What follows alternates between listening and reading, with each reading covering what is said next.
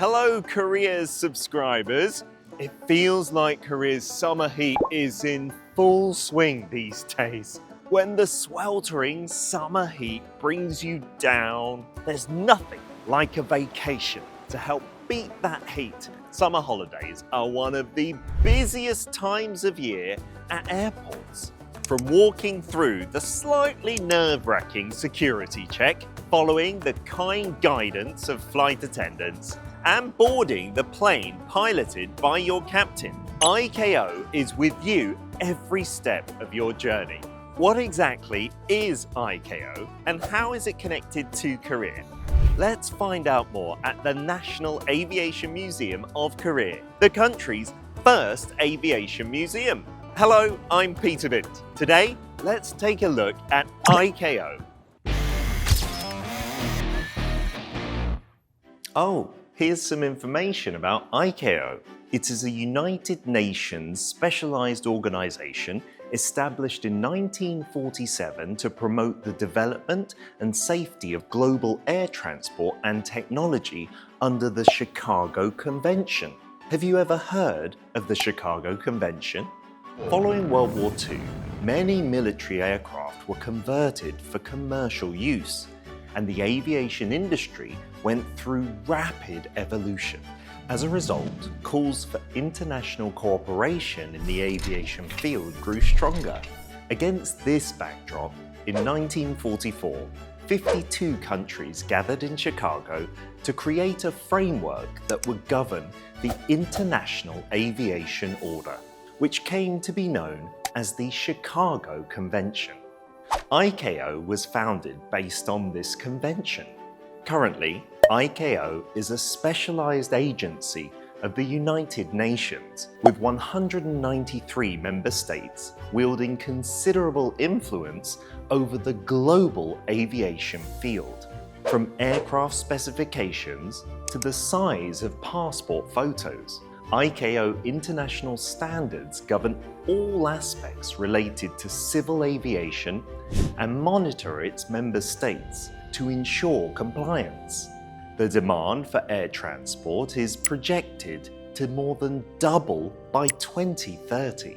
In line with this, IKO is shaping future strategies for the aviation industry, navigating the direction of global air travel.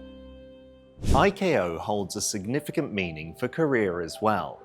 After experiencing colonial rule, Korea recognized the importance of air forces and made a concerted effort to train Korean pilots. Here's a photo. Do you happen to know who these people are? The people here are Mr. No Baek-rin and his trainees. Mr. No established the first aviation school in Korea in 1920. Although the school closed after 3 years due to various challenges, it produced 77 pilots and is recognized for laying the foundation for Korea's aviation history. After going through the dark days of colonization and gaining its independence, Korea established its first domestic civil airline, Korean National Airlines, and began to expand its presence in the aviation industry. But the hard-won progress of Korea vanished like smoke when the Korean War broke out. This is when IKO first appeared in Korea's story. In 1952, Korea became an IKO member state. With a wide array of support, including technical training and equipment provisions, the country began to cultivate the seeds of growth. Coinciding with the period of rapid economic growth known as the Miracle on the Han River, Korea's aviation industry started to flourish. The flagship carrier of Korea, Korean Air, made a bold investment in 1973 by becoming the first airline in Korea to introduce the Boeing 747, the world's first twin-aisle airplane, to meet the booming domestic demand for air travel. The company focused the majority of these aircraft on its trans-Pacific routes, joining the ranks of leading global airlines. Airport infrastructure also made rapid strides.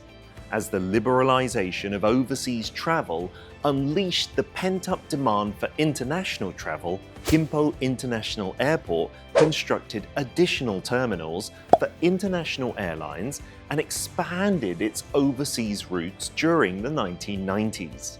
In 2001, Incheon International Airport opened and assumed control of most international flights. Since then, Korea has emerged as a leading player in airport infrastructure, passenger traffic, cargo, and numerous other key areas.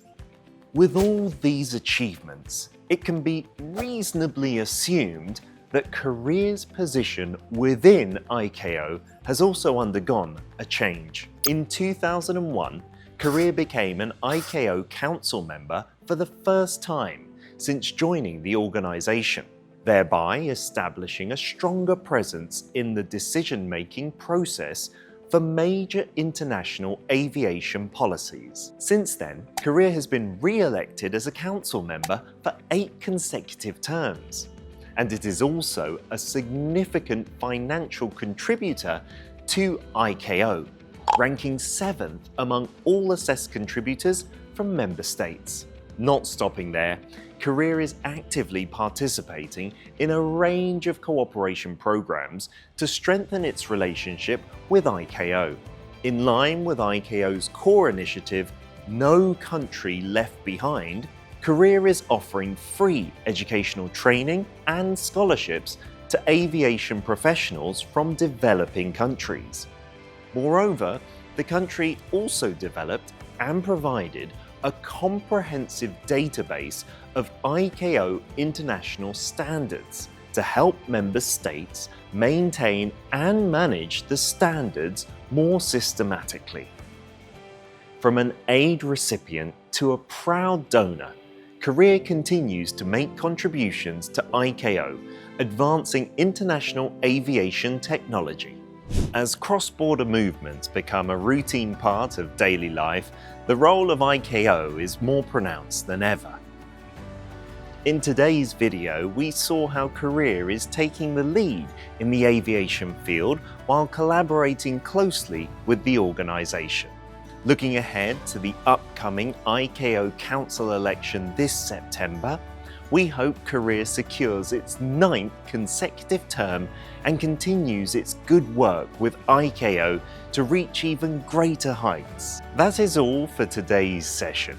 We'll see you next time with more interesting stories about Korea's diplomatic policies. Thank you.